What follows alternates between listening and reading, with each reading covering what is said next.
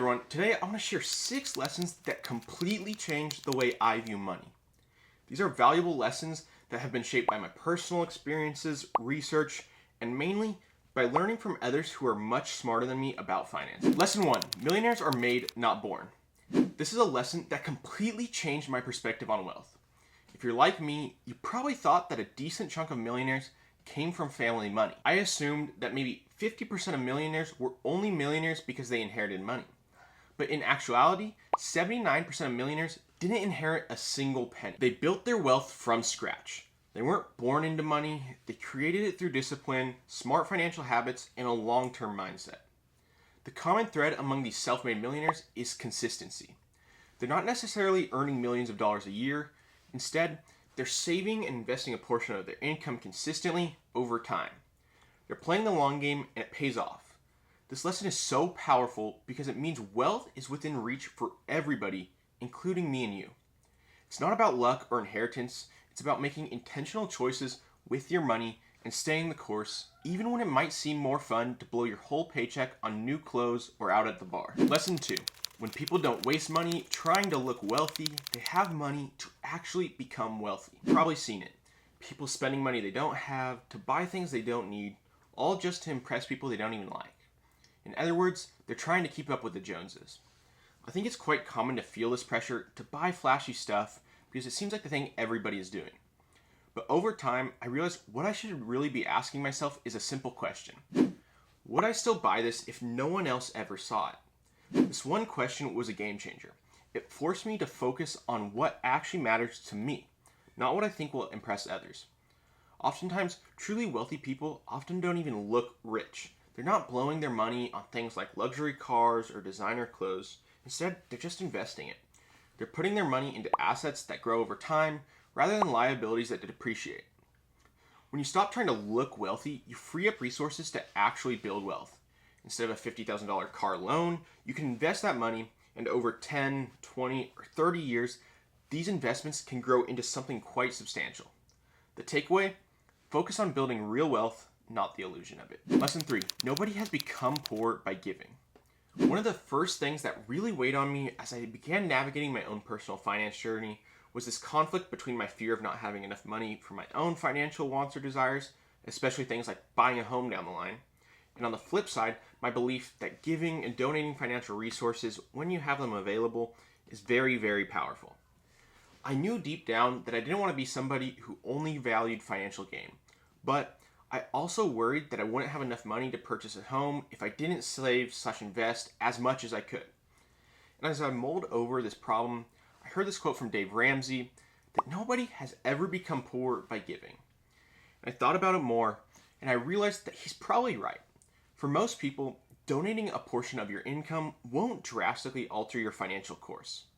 Even if you're donating 10%, you still have 90% of your income to practice good financial habits like buying necessities, paying down debt, and eventually investing. I was so caught up in what losing the X% of my income was that I didn't even realize that I still would have more than enough left over if I used my financial resources for good by giving them to causes that I think are forces for good in society.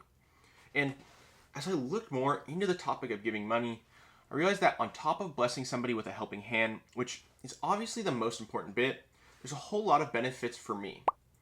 Giving, whether it's to a charity, your local church, or even just helping someone in need, has been shown in studies to provide the giver with greater life satisfaction, higher self-esteem, and even better physical health. Now, I get it. Not everyone feels financially comfortable enough to give, and if that's where you're at, that's more than okay. You should definitely get your finances in order, and then you can go ahead and think about donating. But this lesson helped me to realize that money is a tool, a resource meant to be used for good, not something we should hoard or fear losing. Lesson 4. Don't be scared of credit cards. Credit cards often get a bad rap, and to be fair, they can be dangerous if they're misused. But when used responsibly, credit cards can actually be a powerful financial tool.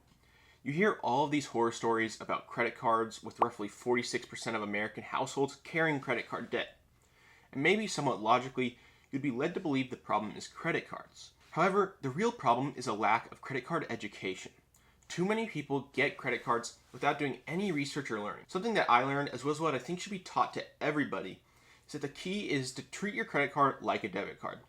Only spend what you can afford to pay off in full each month, and by doing this, you avoid paying interest and instead get to reap the benefits credit cards offer, such as cash back, reward points, and travel perks. Once I realized that if I pay off my card in full every month, I can earn points at no added cost to me. I'm actually making money by using credit cards because I've used the points to book flights, cover hotel stays, and if I wanted to, I could even pay for everyday expenses with it. These are things I'd have paid for anyway, but by putting them on a credit card, I've gotten free money. Another underrated benefit of credit cards is how they can help you build your credit score. A good credit score can save you thousands of dollars over your lifetime in lower interest rates on mortgages, car loans, and even insurance premiums. The trick is to pay your bill on time and keep your credit utilization low, and your score will go up. So, with all that being said, be diligent with your credit cards and you have nothing to fear, and you can make them work for you. Lesson 5. You don't need to be an entrepreneur or a CEO to become wealthy.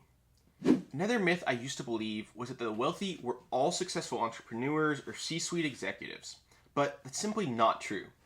Studies show that the top 5 careers for millionaires include engineers, accountants, teachers, managers, and attorneys. None of these professions are known for making millions a year, yet they're consistently represented among millionaires. What these careers all have in common is stability. They provide steady, reliable incomes that allow people to save and invest consistently. The people in these roles aren't taking massive financial risks. They're living below their means, avoiding bad debt, and letting their investments grow over time. This was a freeing realization for me. You don't have to reinvent the wheel or be the next Elon Musk to build wealth. You just need to make smart financial decisions with the income you have and let time work its magic. Ultimately, building wealth isn't about hitting home runs, it's about hitting singles over and over again. Lesson 6. A storm will come, and it's best to be prepared. If there's one financial certainty, it's that life is unpredictable. A car breaks down, a medical emergency happens, or you lose your job.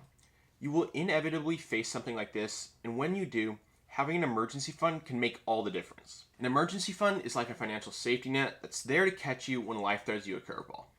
Generally, it's recommended to start by saving $1,000 and then gradually working your emergency fund up to 3 to 6 months worth of expenses. Knowing that I have money set aside for the unexpected gives me the peace of mind that actually frees me to take more risks. I can try different things out, spend my money on things I like, and it's okay if it doesn't work out because I have a backup plan.